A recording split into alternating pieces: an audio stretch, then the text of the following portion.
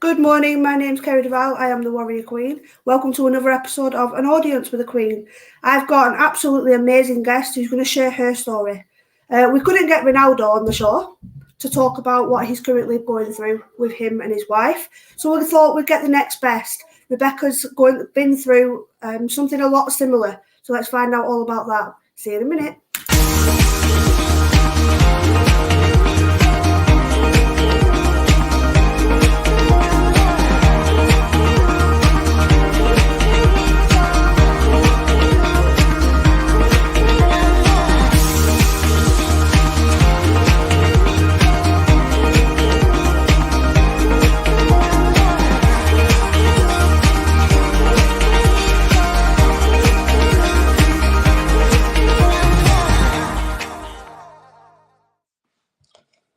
Good morning, welcome back. Good morning. You all right? Yeah, you? Good, yeah, fine, thank you. Yeah. Did you have a good Easter?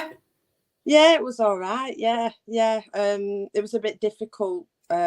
Joshua being out of a routine, always is in the holidays. His behaviour increases, and I think it's all about the routine and stuff like that. It's not no school and stuff, and going to sleep later, and just it's hard. But obviously he's back at school now, so it's a bit of a rest. Yeah, you know what? I can completely connect. Obviously, he's not in school at the moment, but when there is a little bit of a routine in place now that Tegan's in school, but he starts his tutoring today, so fingers crossed we get a little bit of normality in place, whatever normal is. Yeah, definitely. But anyway, today we're going to talk about you, because obviously we've talked a lot about you as a mum and Joshua and everything with autism, but now we want to talk about you. Right, yeah. So, James says he's going to catch this later. He's proud of you. Yeah. You might want to stay and watch this, James, because we're going to get into the juicy bits of how you and Rebecca met. But first, I want to tell us, share with us, who is Rebecca? I'm not very good at talking about myself, I have to say. I'm Rebecca, I'm 34. I'm from Blackburn, well, originally from Chile. Moved to Blackburn when I was about 15. Mental health has always been around my family. My mum has mental health issues. My dad was an alcoholic. The wider family have mental health issues as well. Didn't have the best childhood due to that. But, just one of them, in it. They just sort of just get on with things as best you can, really. Yeah. Tell us more about that. What was it like growing up in that sort of environment? It was difficult. Because obviously, like, my mum, she suffers with depression, anxiety, OCD. My dad, like I said, he was a heavy drinker, he was an alcoholic. He was an alcoholic really before I was born, but obviously it got worse. I'm an only child as well. So it was only me growing up. I grew up witnessing a lot of domestic violence and things like that. Obviously my dad drinking heavily. All the time. In the end, he lost his job, and things like that. And then him and my mum separated when I was about 12, 13. And then my mum had a nervous breakdown. She got really ill mentally. And then we moved to Blackburn because my nana was here at the time and she wanted to be closer to her and family support sort of thing. Yeah. So yeah, it was difficult. I know that obviously there's children obviously been abused and things like that. I wouldn't say I was ever abused or neglected or anything like that. Definitely not. It was just obviously I had to grow up a lot quicker than I was really at 7 years old. Obviously I had to be more of a teenager, I would say, because of obviously everything that were going on. So yeah, it was difficult. Yeah. Did you ever feel like you had to sort of be a carer for your mum when she was going through problems? Yeah, definitely. Yeah, and for my dad as well, really, because he used to getting himself in some states where he couldn't walk, or he'd lose his glasses, or he'd lose his cigarettes, or whatever, and I'd be, there trying to find his stuff and help him because he Mm. was so drunk that he couldn't do anything, and then obviously help my mum as well, and sometimes be like the go between them to try and sort their arguments out and things. And I'm only a child. Yeah. But despite all that, me and my dad was very, very close. Mm. And obviously he died when I was about 21. Mm. Um, and it did affect me a lot because we was very, very close growing Yeah. up. Even, despite his drink problem, he was always there for me. He never sort of turned his back on me or anything like that. So, yeah. Yeah, you know what, and I think that's brilliant that despite him going through the alcoholism, Yeah. he was still a really good dad by Yeah. sounds of it. It was. Yeah. Yeah, it Yeah. was definitely. Yeah, Yeah. which is always good, that a child has that positive influence, even though there's a lot of negative, still has a positive influence in their life. Yeah, of course, definitely. Yeah. Yeah, Yeah, there was still a lot of positivity. Yeah, definitely. yeah. So, how did your life change when you moved from Chile to Blackburn? Changed quite a lot, really, because when I was in Chile, I got bullied at school. I got bullied at primary school. I got bullied all the way through secondary school. And I didn't really have that many friends over there. I did have friends, but not the same. When I moved over here, I made a lot of friends over the years. I met my ex-partner when I was about 18. We obviously, got into a relationship and things like that. And I started to go into the local pub that I used to go to in town, and met a lot of people there as well. So a lot of people from that particular pub I know really, really well. And just the wider community sort of thing. I just sort of made a lot more friends, and I felt more comfortable here. I've never wanted to go back. So yeah, it's been really good. It's been really good since I've moved here. Yeah, and so would you say that the bullying stopped once you come to Blackburn? Yeah, no, I mean, because obviously no one knew me here or anything. It did. There wasn't that, obviously, the people that knew me and bullied me for certain things. Yeah. But when I moved here, I started secondary. I was still at secondary, obviously, in Chorley, but it became too much, the travelling. So we got into secondary school here, and I was about halfway through year 10. And because I was sort of the new person, you sort of get targeted in a way, don't you? So I did get targeted a bit at school. The one day, this girl, there were a group of girls basically that were really nasty, and one of them decided to punch me one day because she said I was calling her. I didn't even know her. I think they were just looking for a target, really. Yeah. So that last year or so at secondary school were hard because I didn't really know anybody, and I'd just come to a new school. I made a couple of friends, but yeah, it was just more about getting through that last bit of school, really, because I'd already had such a bad time at school. And then I came here and I just thought, oh, it's all starting again. But luckily I've not got long now to go. So yeah. Yeah, you do sort of, when you're going through all that, you do sort of think, I can't wait to finish high school. Yeah, definitely. Yeah. I definitely agree with you there. Because obviously I've been through bullying myself. All I could think about was I can't wait till high school starts. It finishes, sorry. And the real life starts, and you come out of high school and you think it is a lot the same, because a lot of the things that happen in school, like you've got those certain groups where they'll have the parties, they'll be the popular ones, and that carries on into adulthood. You have the popular ones, you'll have the ones that people think are a bit weird, but it's a lot more civilized when you're out in the real world. Yeah, definitely. Yeah, it is. Yeah. And that's what worries me about school now, really, because I mean, primary schools generally aren't too bad, but I think to myself, secondary schools now, what they were like when I was there, and what the hell are they going to be like when Joshua was there? you know, and Yeah. obviously he's got additional needs, and it does worry me about secondary school, I will admit that. Because I just think children these days can just be so nasty, especially to somebody who's a bit different and they stand out, you know, they look for something to target them with, you know, their hair colour or if they wear glasses or whatever, isn't it, you know. Yeah, it's one of the similar things that I had, because obviously I was targeted because of my hair colour, I was targeted because I wore glasses, I was targeted because I had braces. You know, and I think a lot of those things do still happen today, but hopefully there's a lot more awareness now about bullying, about mental health. Certainly from speaking to my nieces, there seems to be a lot more awareness of mental health and what bullying can do and how bullying can trigger somebody's mental health. So hopefully by the time Joshua goes, in a couple of years now, will it be?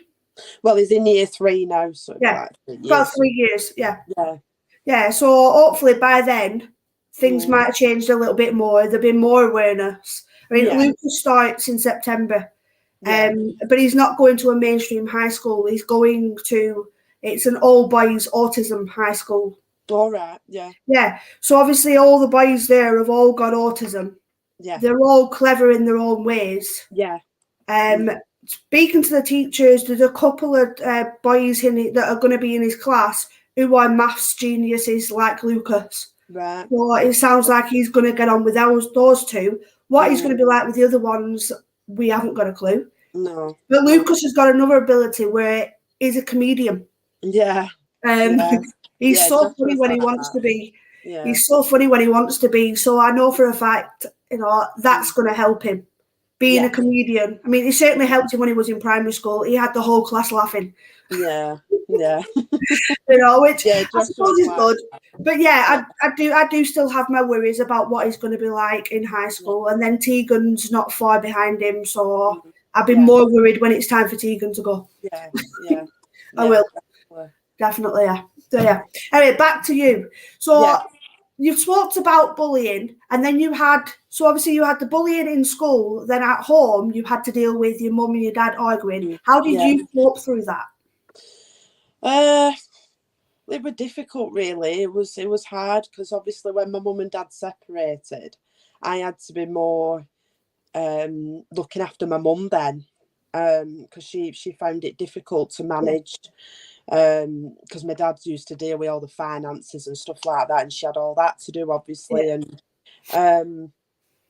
you know, because like my mum, one of her sort of symptoms of a mental illness, she does suffer with psychosis, and she hallucinates and things like that, and she was very paranoid, because she does suffer from paranoia. I used to come home from school and she'd be crying, saying, "Oh, they've been talking about me on television," because that's one of her things when she's going through an episode.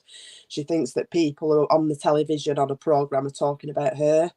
And she got really, really worked up about it. And then she'd say, "Oh, I've been in town and then people have been looking at me and they've been talking about me and stuff." And then one day she went into the police station and she was telling this police officer, "I want them arrested on television. They're talking about me," and things like that. And the police officer realised that she wasn't well and he took her to hospital. They were really nice. And then obviously she was medicated after that. And things became, well, we moved to Blackburn in that process, and things became a lot better then once she were medicated and things, because she wasn't on any medication then or anything. And that was, you know, that was quite a lot. Well, 15, 34 now. And she's been on medication ever since, and she probably will be all her life, to be honest, because you know, without a medication she just become very unstable. So, and has your relationship over the years got stronger, or has it stayed the same? It stayed the same, really. Stayed the same. I mean, I mean, don't get me wrong, we're close, me and my mum, but I was always closer to my dad. But I mean, we get on fine, and she's a great help. She helps out with Joshua and things like that. She, you know, so she's definitely a positive influence in my life. I love her to bits. She rings me 10 times a day, but you know, she's great. She is. So You know, yeah, and you know what? I think it's really brilliant that somebody has a brilliant relationship with your dad before he did pass away, sadly. But then you also have a brilliant relationship with your mum. Yeah, Obviously, definitely. with me, I don't. I've only Yeah. had a brilliant relationship with my dad. Mm, Never had that relationship with my mum. mm, yeah. Not something that's ever happened. Yeah. But moving on, so Yeah. obviously you moved to Blackburn. You mentioned you had one partner, but then you've obviously split up with him and found James. Yeah. Yeah. So what was those first few weeks with James like up until obviously you marrying him? Well, me and James met through Rovers mainly because we were both Rovers fans. Yeah, And we I used to sit. noticed that. Yeah, we used to sit near each other where we used to sit at Rovers, and obviously he was with his ex at the time, and I was with my ex. Anyway, we were obviously friends and things like that. And then one day, next thing you know, we're together. A year or so later, and when me and James got together, it was the things happened very quickly. And within, like I say, 9 months, I fell pregnant with the boys. So things happened very, very quickly. When we got together, it wasn't a case of getting to know each other and going on holidays together or whatever. It was a case of, we moved in together really quickly, and then I fell pregnant. So Yeah, yeah. And before we come on to the bit, because obviously I did mention it a little bit in the mm, intro. mm, Yeah. So let's go on. Let's go on to that. So we all know currently what's going on with Cristiano Ronaldo and his yeah, wife with the sad news that one of their twins has passed away, yeah, and the mental health warriors sending respects to the yeah. family. Nobody should have to go through that. And No, as a parent myself, I could understand the loss of a child would kill you. mm, It would. You know, mm, I would never want to find myself in that situation. I wouldn't wish that situation on anybody. no, So we'll send our heartfelts yeah, to the Ronaldo family. yeah, yeah, But you've been through that. So talk us through what happened. So obviously you'd found out you were pregnant and it was twins yeah. from the Yeah, right. Well, I'll try not to go on too much because it is a really long story. I don't mind talking about it, but I don't want to be here for hours and you're thinking, oh my God. No, but we haven't got ours. no. Right. So obviously we found out that I was pregnant, which was unexpected. And then we found out that it was twins. We found out I was pregnant just after Christmas. In 2013, and then beginning of end of January 2014, we went for a scan and we found out it were twins. So obviously that ripped it up.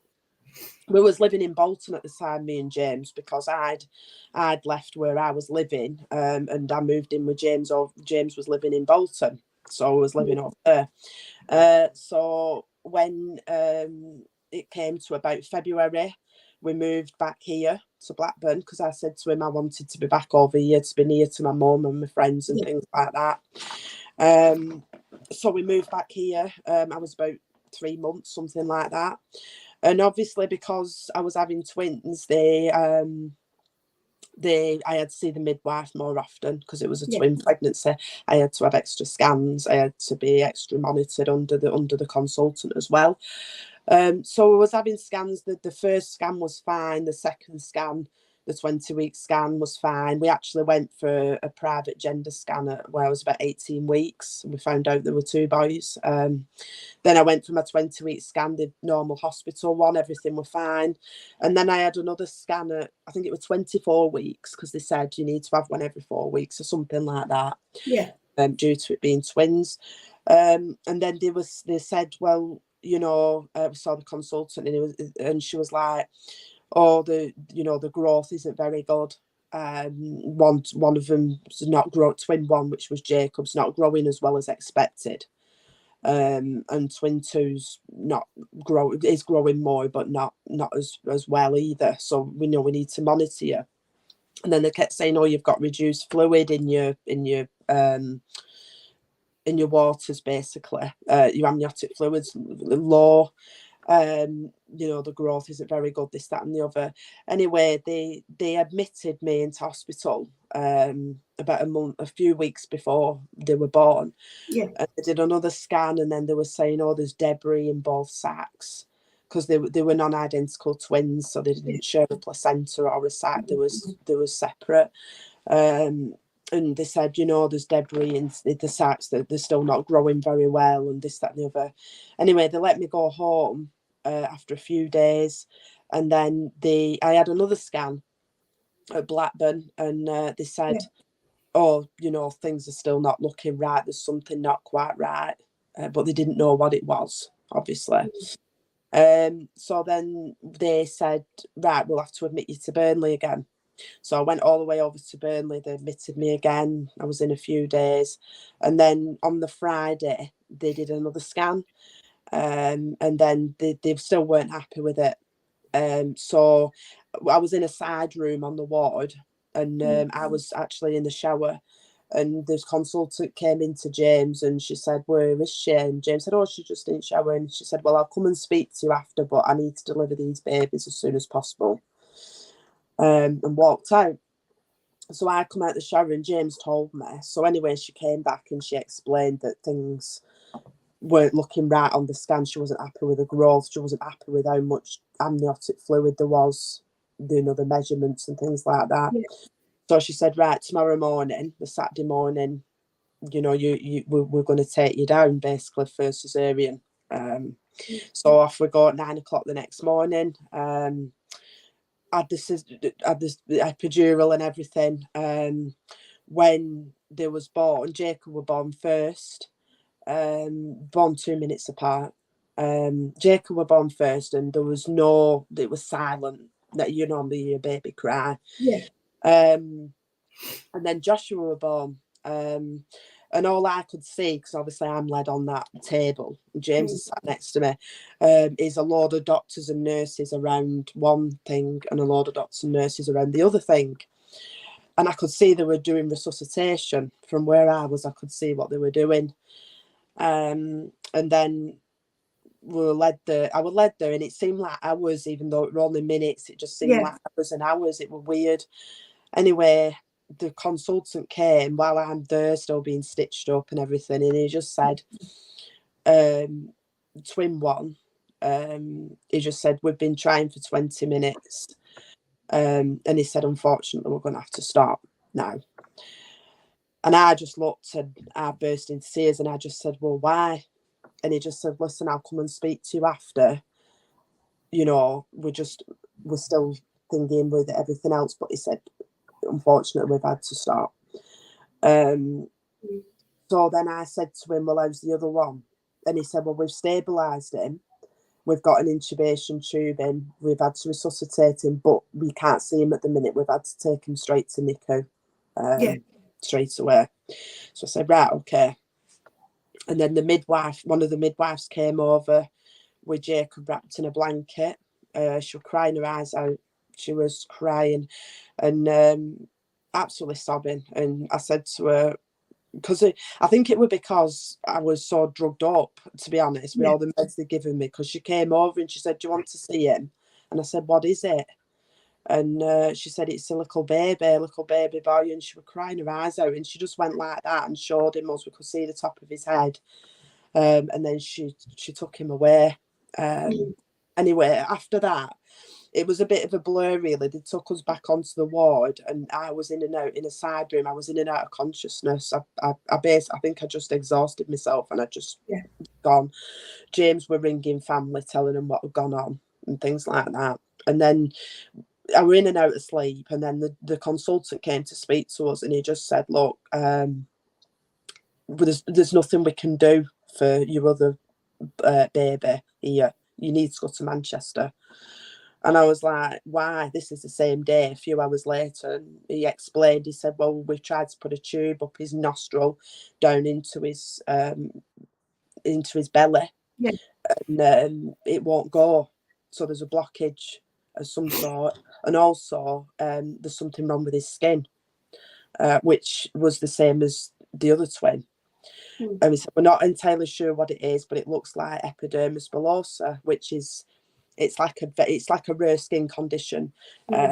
It's butterfly skin, basically, where it just sheds all the time. It didn't turn out to be that, but that's what they thought it were. Yeah. So off we went to Manchester on the same day. They took Joshua in one ambulance and we went in another. And we got there on the ward. We didn't see Joshua at all that day, that night, because it was night time by then. I asked the midwives and they rang Nico and said, oh, he's stable, you know, he's okay, he's in an incubator and they're looking after him, sort of thing. So like, right, okay. And then the next day we saw Joshua. They had to wheel me down because I was in a lot of pain. I couldn't walk and stuff like that. So they wheeled us down. And we saw the consultant. They explained that Jacob had no normal skin on his body whatsoever. And it turned out later that all his internal organs were affected as well. Joshua, they said he had the skin condition as well. They still didn't know what it was. But it was more like a blistered sort of thing, like he'd been burned in a fire sort of thing, something like that. And they didn't know what it was. So the consultants were all like scratching their heads, they'd no idea, they'd never seen it before. So we was there in a total, obviously, 5 months. Joshua was very, very poorly. In the beginning, we had many conversations with the consultants, and they turned around and said, we can't do anything for him. His skin is really bad. We don't know what's up with it. We can't take him for an operation because we don't know how his skin's going to react. Fragile it is. He needs this. There's something wrong with his esophagus. He can't swallow. So we're giving him stuff for his belly button and stuff like that instead. But we can't do that forever. So, you know, he had septicemia, kept getting repeated sepsis. They kept putting him on antibiotics and then he'd go back up and then his CRP would be back up and they'd say, oh, he's got sepsis again. And then he had a collapsed lung. They kept having to give him blood transfusions. It was just so poorly. And the one consultant, he just sat with us. He took us in the room and he said to us, look, he said the chances of Joshua coming through all of this is zero, as blunt as that, to us both. And Joshua's named consultant, she said to us, look, we need to start doing palliative care. We're going to have to start turning his machines off. Weaning his morphine down because he was on the highest dose of morphine they could give him. We're going to have to start turning everything off slowly and let it take its course, sort of thing. Basically saying, you know, till he passes away. At that point, I was in tears all the time. I couldn't think straight because I thought we've already lost one. Seriously, this can't be happening. I'm thinking, this really just can't be happening. So James was talking a lot to him and he said, look, you know, you don't know what's wrong with him. He's still here. He's on the ventilation tube, and he's, you know, you don't know what's wrong with him, but he's still here. So while he's still here, we want you to do what you can for him. You know, whatever it is. And if he doesn't come through it, he doesn't come through it. But at least you've tried, you know, to do something. Yeah. So they had a lot of discussions around it. And in the end, they decided to do it. And his surgeon said that one surgeon completely refused to do anything. Joshua's surgeon, who I call an absolute genius, he said, I'll do the operation to fit his gastrostomy tube so he could have milk through his stomach. And that's so he went for the first operation. They said, oh, when he comes back, he'll be on ventilator and he might be in a bad way. He's only like 3 weeks old, tiny, because he's only like 3 pound 2. Yes. And he came back and he weren't on any ventilation tube at all. And he was just, like, you know, like strengthening Ben at 3 weeks old. You know what I mean? Like, I'm going to show all you lot sort of thing. So he came back from that operation. And then his surgeon explained that in order to repair his esophagus, because it's something called esophageal atresia, and it's where the esophagus isn't connected to the stomach. So it's like it's split basically. They join it up. But he said in order to do that, he said he needs to grow. I can't do it while he's the size that he is. So we were there obviously then 5 months, and I think when he was around 4 months old, his surgeon said, oh, it took him for some sort of x-ray or something, and he said, oh, the gap is okay now, you know, so I'll be able to repair it. So he went down for the operation, and me and James were staying in Ronald McDonald House, which is obviously the place, brilliant place. Yeah, I've heard brilliant things about that. Yeah, it's fantastic. They have one at Alderey as well in Liverpool. It's brilliant. We lived there for 5 months. So obviously when he went down to theatre, we went back there. And within about half an hour to an hour, he rang me and said, can you come back over? And I was like, wow, what's up? Panicking. And he's like, I'll talk to you when you get here, but I need you to come back, sort of thing. So me and James ran, it's literally just next door, ran straight out, ran back up to the ward. And he just said, I took him for the operation. He said, I wasn't expecting to find what I found. He said, in the conventional sense, it's basically a straight repair like that. But he said with Joshua, he said he's got a blockage inside his esophagus, and he said it's like a webbing sort of thing. He said, and I don't know what to do about it. He said, I've never seen it before. Obviously, you know, he's an experienced consultant, surgeon and everything, but he'd never seen it before, like they'd never seen his skin before. So he said, I'm going to have to go away and think about it, and we'll have to take him to theatre again. So at that point, I'm just thinking, for God's sake, you know what I mean? I was hoping that this day would come, his esophagus would get repaired, and then we'd be able to go home at some point, and it's gone that way again, you know. So after that, Joshua ended up back in intensive care. They were expecting to just get him off the ventilator like that because he'd just been to theatre. Well, they couldn't. His sats were dropping. They found out then that he had a collapsed lung.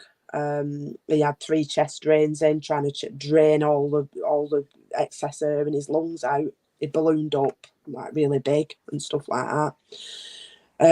At one point, because he were bigger then, he pulled his ventilation tube out himself, and they had to resuscitate him. He'd gone absolutely grey in front of me, and machines started going, and all doctors ran over and stuff. And they pulled me out the room because I didn't want to go, but they pulled me out. So then obviously once he stabilised and he went back into not out of intensive care but into the high dependency, his surgeon said, right, I've spoke to Great Ormond Street in London, which is the biggest children's hospital in the country. Oh, right, great. Yeah, they've no idea. I was like, oh, okay, right. So he's like, we've got 2 options. And he's like, we can either take away his esophagus completely and move his chest up here, basically, which they can do, apparently. Or he'll have to stay on a peg feed for the rest of his life, sort of thing. So we're like, right, you know, what do we do, sort of thing. Anyway, he decided to take him down to theatre and try and have a look, because we said to him, you know, is there any chance? And then that day he took him down, he was gone ages, and we came back to ward, and he said, I've done it. And we said, oh, brilliant, like, what have you done? He explained that he'd unblocked it, managed to join his esophagus together. Fantastic, you know, amazing.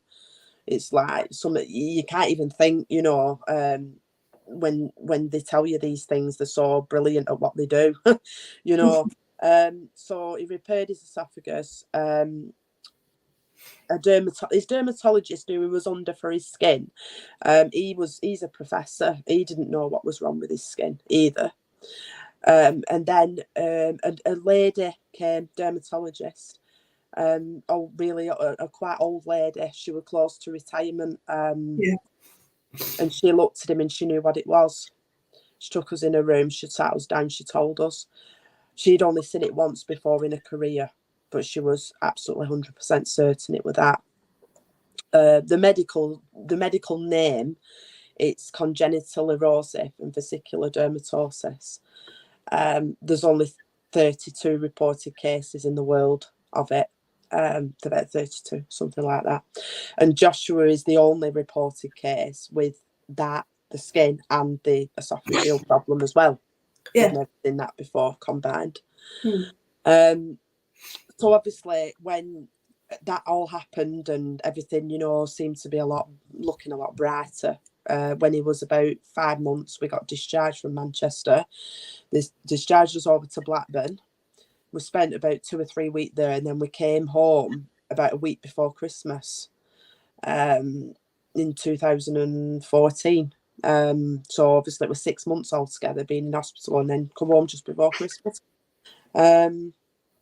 So yeah, and then we did have a follow up with a consultant in Burnley, and he went through Jacob's post-mortem report with us. And he said that his skin, obviously he had no normal skin on his body whatsoever. His lungs were completely destroyed.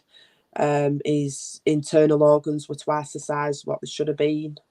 He was only £2, and he was, very quite, well, I would say deformed, really, of it facially as well, and obviously internally. There was no sort of, there's no sort of hope that he would survive, really, and then. They said to us, obviously, because they don't know what causes the skin condition completely, but it's thought to be an infection within the amniotic fluid, which causes the amniotic fluid to become toxic, basically, to the baby, and obviously it's in contact with the skin and it's being swallowed, which explains internally, which is probably what happened with Joshua in his esophagus. But what they said is because Joshua and Jacob were non-identical twins, which, because they said in Manchester there's a chance they could still be identical even though they're in separate sacs. And I thought, oh, why? And then they explained it.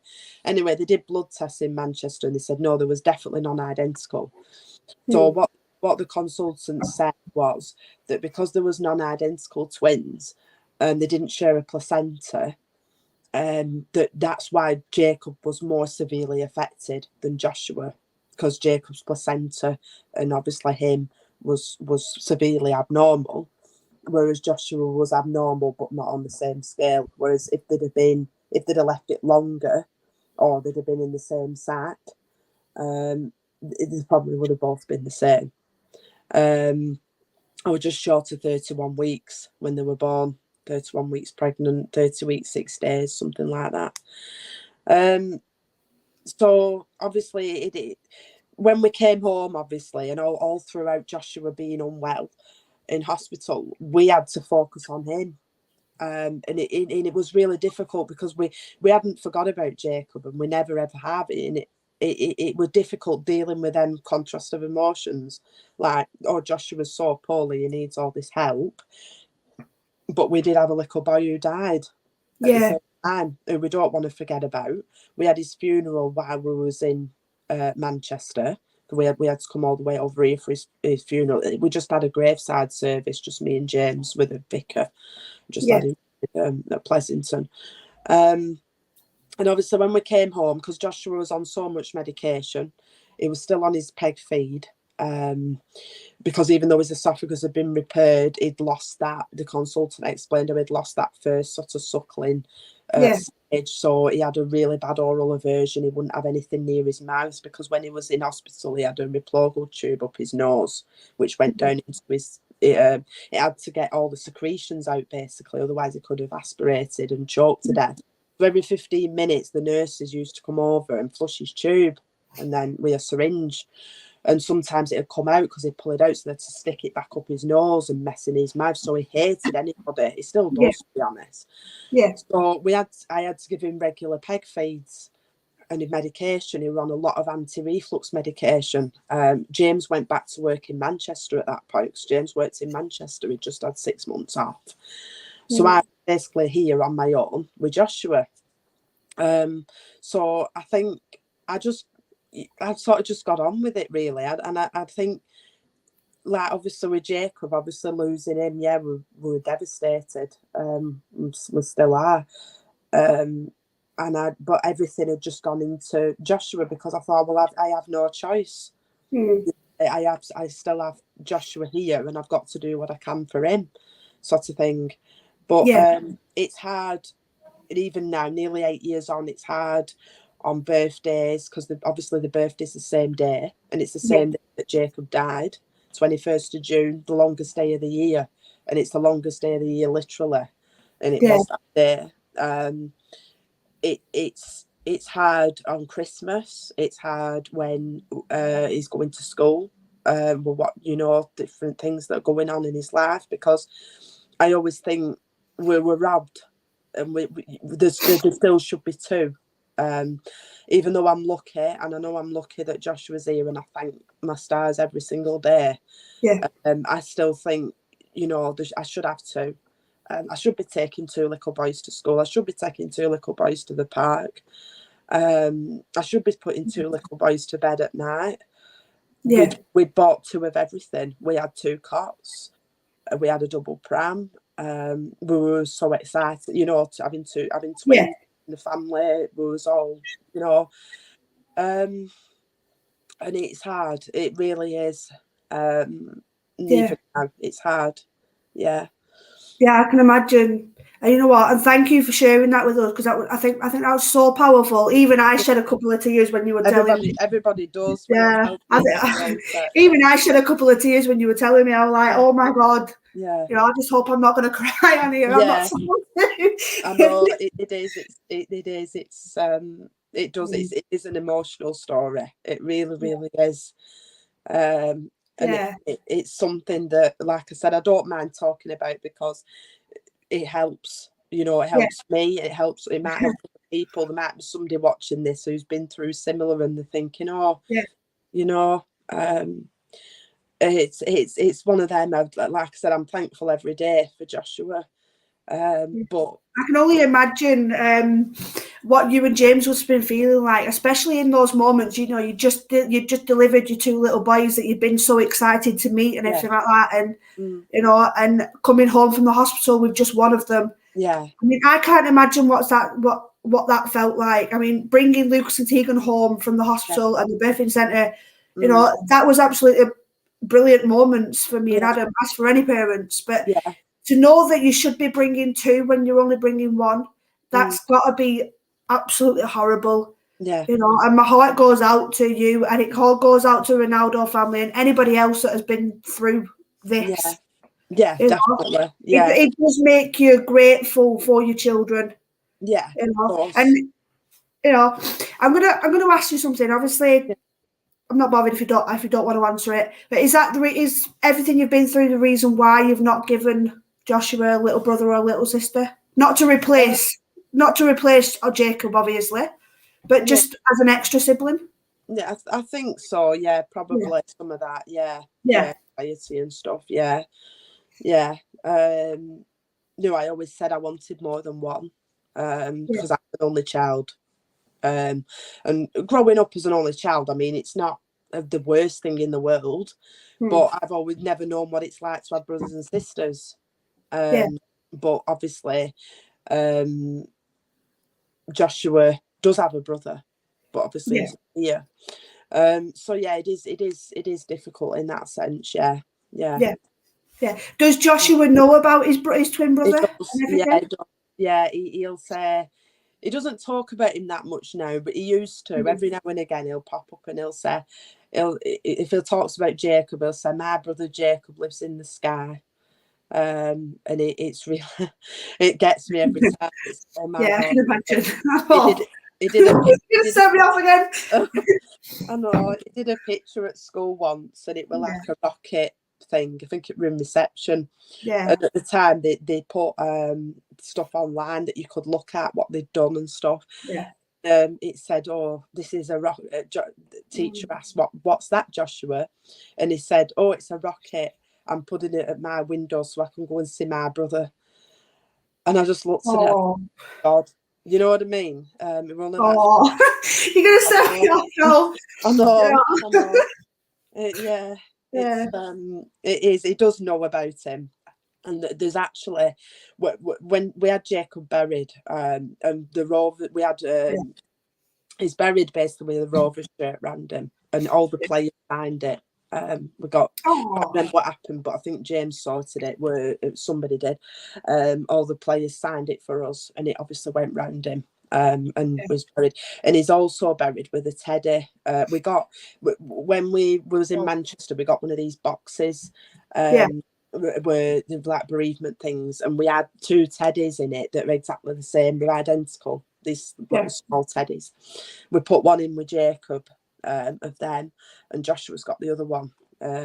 So that's a nice thing, you know, they both got that they've both got that little thing. And even though Jacob's not here anymore, you know, Joshua will always have that connection with him. Yeah, definitely. He's and you know, in the family, Jacob's talked about, he's always remembered. You know, we don't forget about him on the birthday. I always put birthday post Joshua, but then I always put a post about to Jacob as well. You know, and people say to me, like when I'm talking, like I just spoke to you when I talk, they say you're so strong, Rebecca. Yeah, I can't imagine. It's like I can't imagine how you're so strong. I mean, I'm listening to this and I'm stopping myself. I can't stop myself. Oh God. It's my fault, Adam. But you know, I mean, Adam said to me earlier, to try and make this a really powerful show. And I think, to be honest, it has been a really powerful show. Please, everybody, share this, because that's an amazing, powerful story about what, you know, 2 people can go through. And even though they're facing the worstest time of their lives, you know, losing a child, but they've still got this other child in their life to fight for. And, you know, you did fight for him. Yeah. Now we can cherish that life that you have got. Yeah, it's like what we've said. I mean, if we'd have listened to them in Manchester, he probably wouldn't be here, because most people, we talk to consultants because they're experts, and we take what they say because they're the professional. You know, me and James said no way. We sat there and said no. Whatever you can do for him, you do it. We are taking this further. We want you to treat him.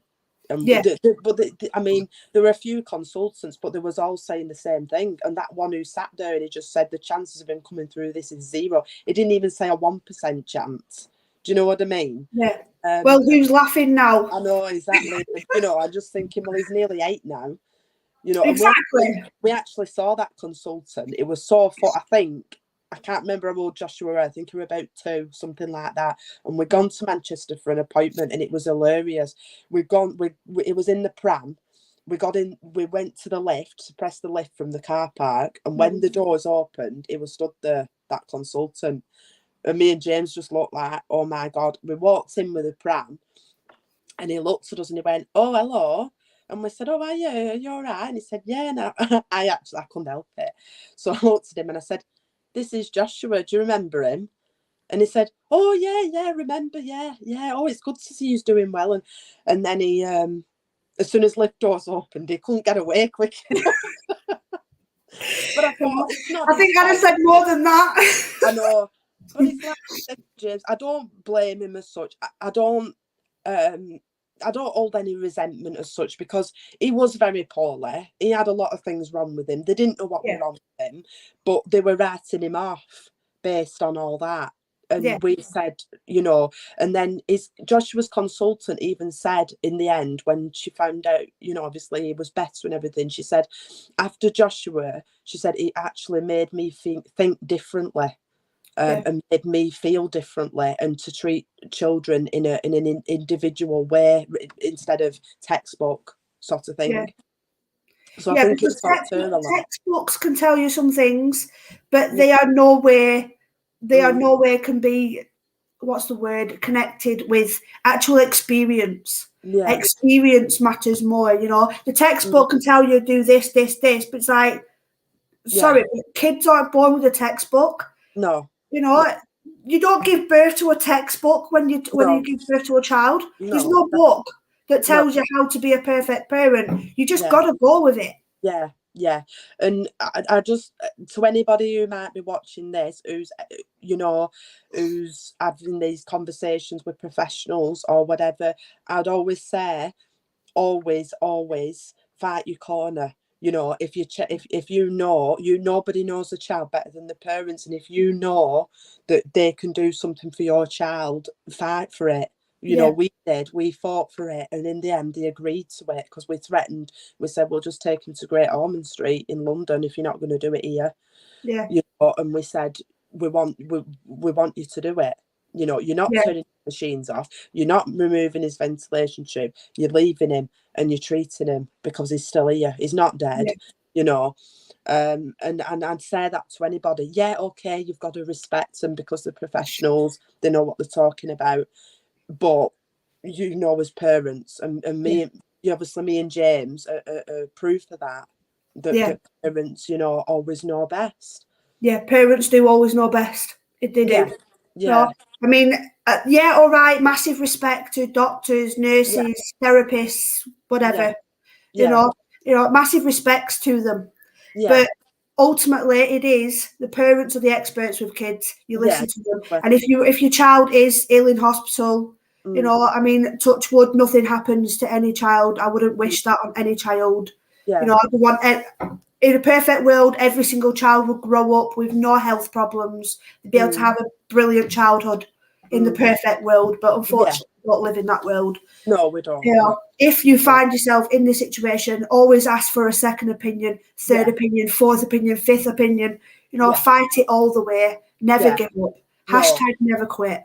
no, definitely not. No, and I Yeah, mean, they were great in Manchester. Don't get me wrong. They saved his life. His surgeon, he was his. I always call him a genius. He was absolutely amazing. His dermatologist, the nurses, the NICU nurses on the ward, they worked 24 hours. You know, they were fantastic. They was all great in Manchester. I'll never fault them for that. But you know, when it comes down to it, you know your child. yeah, And like I said, we had them many conversations with them where they were just saying, look, he's got this wrong with him, he's got that wrong with him, he's got this, and there's really nothing we can do. And if we do it, then he probably won't survive. He'll probably die in theatre, and all them sort of yeah, conversations.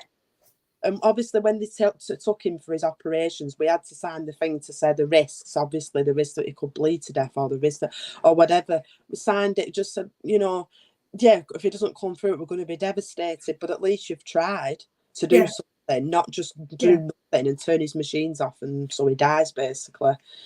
yeah. Now, obviously, all that negative aside, you've got a beautiful, healthy little boy Yeah, yeah, who's definitely. doing really well at school. Yeah, he is. He's great. Yeah, I mean, yeah, fair enough. He has his problems, obviously, with his yeah, development. He didn't walk till he was 2.5, and obviously, he has been in and out of hospital a bit with his chest and things like yeah, that. Bit of internal bleeding. When we come back from Manchester, we had to go all the way back once, but that's another yeah, story. So he's had his fair share of difficulties. His global development delays, possible ASD diagnosis, and everything. But yeah, he's so happy, and he's just like a regular child. Like nothing's ever happened to him, yeah, and he's so strong. He even is now. He's so like sort of headstrong and determined.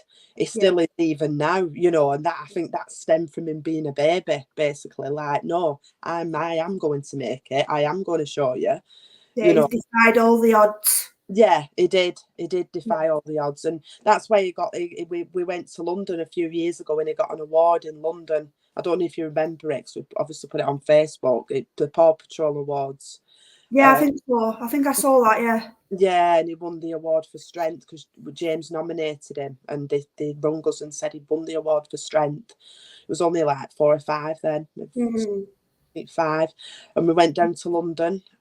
Stayed. They put us up in a posh hotel, and we had the ceremony on the Saturday, I think it were, and he got an award. They read his story out, and people were in tears. Read his story. They got him you can on start me off stage. again now. Yeah, we got him on stage, give him an award and everything. And then they Yeah, went to Hanley's on the Sunday. They got free reign of Hanley's toy shop in London.